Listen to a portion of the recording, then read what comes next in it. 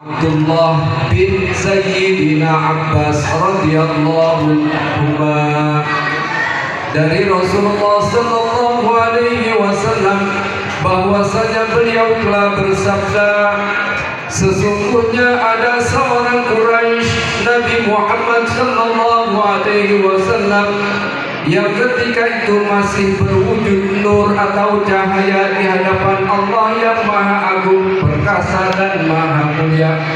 Sebelum Allah menciptakan Nabi Adam kira-kira 2000 tahun, nur itu selalu bertasbih kepada Allah dan bertasbih pula para malaikat mengikuti bacaan tasbihnya. Ketika Allah menciptakan Nabi Adam, maka nur itu diletakkan pada tanah liat asal kejadian Nabi Adam.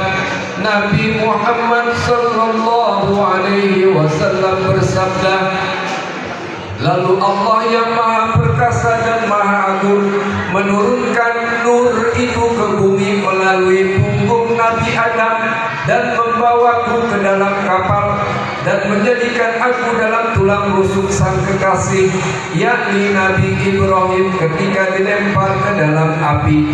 Tiada henti-hentinya Allah yang Maha Perkasa dan Maha Agung memindahkan aku dari beberapa tulang rusuk yang suci sampai rahim yang suci dan megah, sehingga Allah melahirkan aku melalui kedua orang tuaku, dan keduanya tidak pernah berbuat zina sama sekali. Allahumma shalli wa sallim wa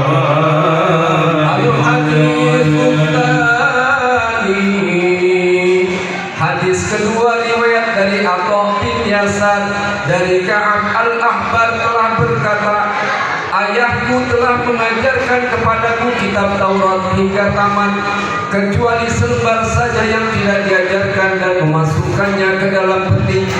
Maka setelah ayahku meninggal, aku membuka peti itu. Ternyata selembar kitab Taurat tadi menerangkan tentang akan lahirnya Nabi akhir zaman, yang tempat kelahirannya di kota Mekah dan hijrah ke Madinah, serta kekuasaannya meluas ke negeri Syam. Beliau mencukur rambutnya dan berkain pada pinggangnya. Beliau adalah sebaik-baiknya para nabi, dan umatnya juga sebaik-baik umat. Mereka bertakbir mengagungkan kebesaran Allah yang Maha Tinggi atas segala kemuliaan. Mereka berbaris pada waktu sholat sebagaimana barisan mereka di dalam perahu. Hati mereka adalah kitab sucinya. Mereka selalu memuji Allah dalam keadaan suka dan duka. Sepertiga dari mereka masuk surga tanpa dihisab.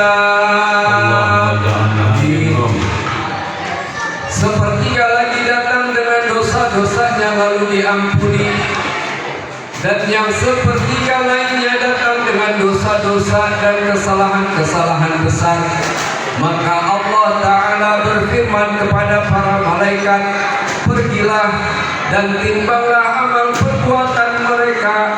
Lalu para malaikat berkata, wahai Tuhan kami, telah kami mendapatkan mereka melampaui batas dalam menyanyiakan dirinya sendiri, dan kami dapatkan amal-amal mereka penuh dari dosa-dosa bagaikan besarnya gunung-gunung. Pada sisi lainnya mereka sungguh bersaksi bahwa tiada Tuhan melainkan Allah, dan sesungguhnya Nabi Muhammad itu adalah utusan Allah.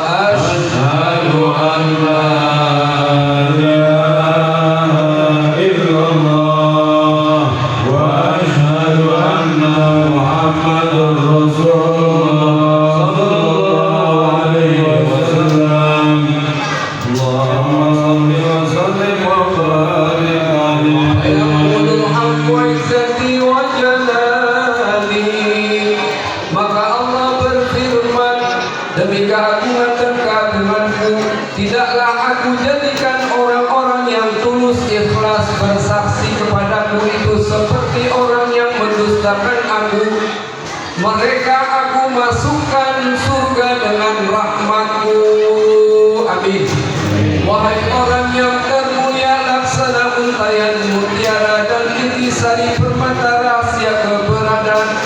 Orang yang memujimu merasa kekurangan walaupun dengan mengerahkan seluruh kekuatannya, dan orang yang mensifatimu merasa tak berdaya melukiskan apa yang meliputi engkau dari tingkah laku yang mulia dan sangat pemurah.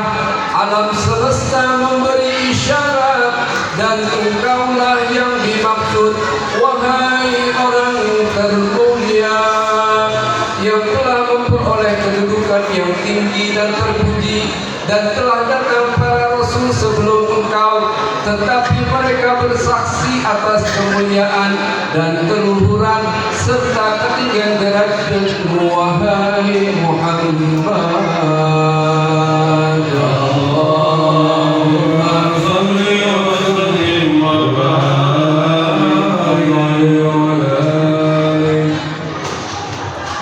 Allahumma salli wa sallim wa barik alaihi. Ahdiru qulubakum ya ma'asyara dhawil albab, hatta ajwa lakum ala isma'ani ajalil ahbab, al-mahsus bi ashrafil alqab, ar-raqi ila hadratil malikil wahhab, hatta